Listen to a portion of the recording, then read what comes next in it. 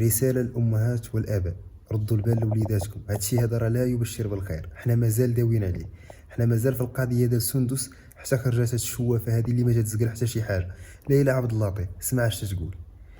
أتوجه في هذا التوقع إلى اللبنانيين خاصة وإلى شعوب الدول العربية عامة، وأقول لهم انتبهوا جيدا من ظاهرة خطف الأطفال وظاهرة الإتجار بالأعضاء البشرية والبشر، وأحموا أولادكم من أي مواقف أو عمليات مشبوهة سواء في الشارع أو في الأماكن العامة، ولا تدعوهم يغيبوا عن عيونكم ولو للحظة. قالت لك سيدي ان وليدات العرب بصفه عامه، جماعات العرب كاملين، ان وليدات العرب في هذه الاونه الاخيره غادي يبقاو يتختطفوا بزاف.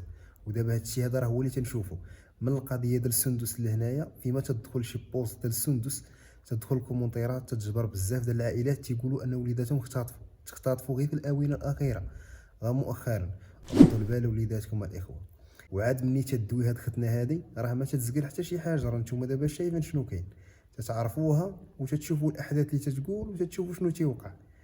وبالنسبه للقضيه ديال الطفله سندس، راه كيف ما تنشوفوا هادشي راه السلطات المحليه بيدها، والناس ديال الاقليم الشفشاون بدات تتراودوا من ديك الفكره ديال ان يقدر يكون ماشي الواد يدها وانما الطفله تقدر تكون مخطوفه. وحتى من الفرده ديال الصباط ديالها اللي جبروا في الواد بدات تتراودوا من الفكره انه يقدر يكون ملاوحه شي واحد. تقدر تكون سندس مختطفه واللي اختطفه هو اللي لاح الفرده ديال الصباط في الواد باش انه يشتت الانتباه ديال السلطات والناس ديال الدوار. انما ملي تشوف 10 ايام ديال البحث في الواد ما خلاو حتى شي بلاصه اللي ما قلبوش فيه.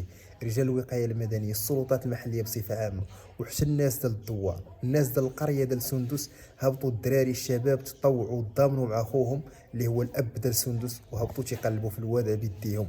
ما خلاو حتى شي بلاصه في ذاك الواد اللي ما قلبوش من الراس ديالو